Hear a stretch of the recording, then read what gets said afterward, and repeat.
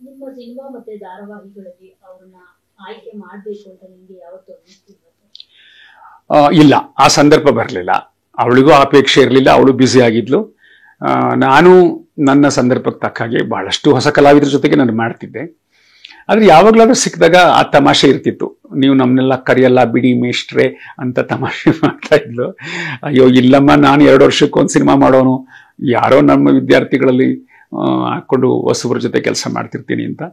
ಆ ಸಂದರ್ಭ ಬರಲಿಲ್ಲ. ಆದರೆ ವೇದಿಕೆಯನ್ನು ಬಹಳಷ್ಟು ಕಾರ್ಯಕ್ರಮಗಳಲ್ಲಿ ಅಪರ್ಣಾ ಜೊತೆಗೆ ಹಂಚಿಕೊಂಡಿದ್ದೇನೆ. ಅವಳ ನಿರೂಪಣೆಯಲ್ಲಿ ನಾನು ಸಮಾರಂಭದಲ್ಲಿ ಭಾಗವಹಿಸಿದ್ದೇನೆ. ನೀವು ಬರ್ಕೊಂಡಿದ್ದೀರಿ, ನೆರೆಮನೆಯಲ್ಲಿದ್ರು ನನಗೂ ಹೇಳಿಕೊಳ್ಳದ ಅನಾರೋಗ್ಯದ ಬಗ್ಗೆ ನನಗೂ ಹೇಳಿಕೊಳ್ಳದ ಸ್ವಾಭಿಮಾನ ಅಂತ.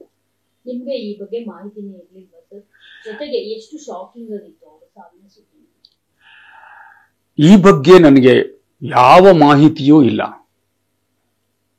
ಇದು ಒಂದು ಕಠೋರ ವಾಸ್ತವ. ನಾವು ನಾಗರಿಕ ಜನ, ನಗರದಲ್ಲಿ ಬದುಕೋರು, ನಮ್ಮ ಪಕ್ಕದ ಮನೆಯಲ್ಲಿ ಏನಾಗುತ್ತೆ, ಪಕ್ಕದ ಬೀದಿಯಲ್ಲಿ ಏನಾಗುತ್ತೆ ಅನ್ನುವುದರ ಅರಿವಿಲ್ಲದೆ ಬದುಕ್ತೀವಲ್ಲ, ಇದೊಂದು ಕಠೋರ ವಾಸ್ತವ. ಇದು ಸರಿ ಅಂತ ನಾನು ಹೇಳ್ತಿಲ್ಲ. ಅದಕ್ಕೆ ಕೆಲವರು ಒಳಮುಚ್ಚುಗರಾಗಿರೋದು, ಇಂಟ್ರಾವರ್ಟ್ ಆಗಿರೋದು, ಹೇಳದೇ ಇರೋದು ಒಂದು ಕಾರಣ. ಇನ್ನೊಂದು ಕಡೆ ನಾವು ಇನ್ನೊಬ್ಬರ ಬಗ್ಗೆ ಆಸಕ್ತಿ ಅಥವಾ ಕುತೂಹಲ ತಾಳದೇ ಇರೋದು ಒಂದು ಕಾರಣ. 2 ಕಡೆ ಆಗತ್ತೆ ಇದು.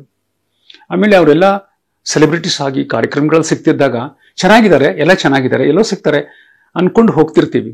ಆದ್ರೆ ಎಲ್ಲ ಒಳಗಡೆ ಚೆನ್ನಾಗಿರಲ್ಲ. ಎಷ್ಟೋ ಸಂದರ್ಭಗಳಲ್ಲಿ, ಎಷ್ಟೋ ಸಂಬಂಧಗಳಲ್ಲಿ ಈ ತರ ಆಗುತ್ತೆ.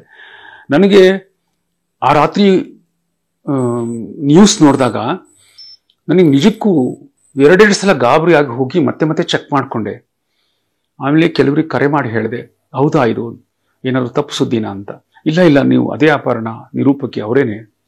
ಅರೆ, ಇನ್ನೂ 58ಕ್ಕೆ ಅವಳು, ಅಕ್ಟೋಬರ್ಗೆ 58 ವರ್ಷ, ಚಿಕ್ಕವಳು, ಹೀಗಾಗ್ಲಿಕ್ಕೆ ಸಾಧ್ಯವೇ ಅಂತ.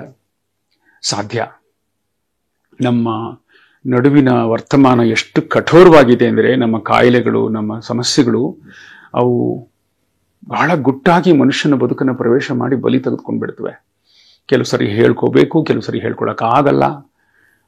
ಈ ಥರದ್ದೆಲ್ಲ ಇರುತ್ತೆ. ಹೇಳ್ಕೊಂಡ್ರೆ ಅದನ್ನ ಫಲ ಏನು ಅಂತ ಒಂದು ಪ್ರಶ್ನೆ ಬರುತ್ತೆ. ಹೌದಪ್ಪ, ಹೇಳ್ಕೊಂಡೆ ಏನ್ ಮಾಡ್ತೀರಾ ನೀವು? ನಿಮ್ಗೆ ಹೇಳ್ಕೊಂಡು ಏನಾಗ್ಬೇಕು ನಾನು? ಆಮೇಲೆ ನಾನು ನಿಮ್ಗೆ ಯಾಕೆ ಕಷ್ಟ ಕೊಡಬೇಕು? ನನ್ನ ದುಃಖವನ್ನು ಯಾಕೆ ಹಂಚ್ಬೇಕು ನಿಮ್ಗೆ ಅನ್ನೋ ಥರದ್ದು ಒಂದು ಮನೋಧರ್ಮ ಇರುತ್ತೆ. ಆ ಥರ ಸ್ವಾಭಿಮಾನ ಬಹಳಷ್ಟು ಕಲಾವಿದರಲ್ಲಿರುತ್ತೆ. ಬಹುಶಃ ಅದರ ಒಂದು ಪ್ರತೀಕ ಅವಳು ಹೇಳದೇ ಇರೋದು ಬಹಳ ದೊಡ್ಡ ತಪ್ಪು, ಅಪರಾಧ ಅಂತ ನಾನು ಹೇಳ್ತಿಲ್ಲ. ಅದು ನಾನು ಮೆಚ್ತೀನಿ ಕೂಡ. ಯಾಕೆಂದ್ರೆ ಯಾವ ಹೊರಗಿನ ಮಾತುಗಳು, ಸಾಂತ್ವನಗಳು, ಸಮಾಧಾನಗಳು ಮನುಷ್ಯನ ಒಂಟಿತನವನ್ನ, ಕಷ್ಟವನ್ನ, ಅವನ ಸಂಕಟಗಳನ್ನ ನಿವಾರಿಸಲಿಕ್ಕಿಲ್ಲ. ಸಾಧ್ಯವೇ ಇಲ್ಲ.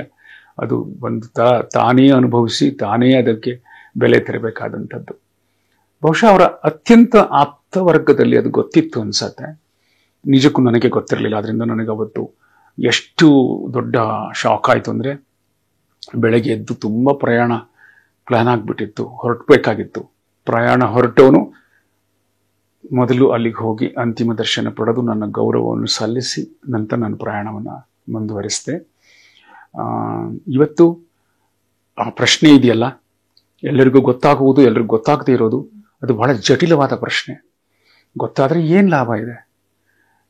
ಏನೋ ಇನ್ಶೂರೆನ್ಸ್ ಮಾಡ್ಕೊಂಡಿದ್ರೆ, ವೈದ್ಯರ ಸಹಾಯ ಇದ್ರೆ, ಆಸ್ಪತ್ರೆ ಸಹಾಯ ಇದ್ರೆ ಒಂದ್ ರೀತಿ ಅದು ಸಹಾಯ ಆಗದ. ಭಾವನಾತ್ಮಕವಾಗಿ ಅದನ್ನ ಹೇಳ್ಕೊಂಡು ಬಂದ್ರೆ ಅದು ಇನ್ನೊಬ್ಬರ ಬಾಯಿಗೆ ಆಹಾರ ಆಗುತ್ತೆ ಹೊರತು ಅದು ತುಂಬಾ ಸುದ್ದಿ ಮಾಡೋದ್ರಿಂದ ಯಾವ ಪ್ರಯೋಜನವಿಲ್ಲ ಅಂತ ಅನ್ಸುತ್ತೆ. ಈಗ ನನಗೂ ಅಂಥದ್ದೇ ಒಂದು ಮನೋಧರ್ಮ ಇದೆ. ಕೆಲವು ವಿಷಯಗಳನ್ನ ನಾವು ಎಲ್ಲರ ಹತ್ರ ಹಂಚ್ಕೊಳಕ್ ಇಷ್ಟಪಡಲ್ಲ. ಬಹುಶಃ ಆಕೆನು ಮತ್ತು ವಸ್ತಾರಿ ಅವರು ಆ ತೀರ್ಮಾನ ತೆಗೆದುಕೊಂಡಿದ್ರು ಅನ್ಸುತ್ತೆ. ನಾನು ಕೇಳಿದ ಅನೇಕರು ಇಲ್ಲ ನಮಗೂ ಗೊತ್ತಿರಲಿಲ್ಲ ಅಂತ, ಅವರ ಆಪ್ತ ವಲಯದಲ್ಲಿದ್ದವರು ನಮಗೂ ಖಂಡಿತ ಗೊತ್ತಿರಲಿಲ್ಲ, ಹೌದಾ ಹೀಗಿತ್ತ ಅಂತ ಅಚ್ಚರಿಯನ್ನು ವ್ಯಕ್ತಪಡಿಸಿದ್ರು.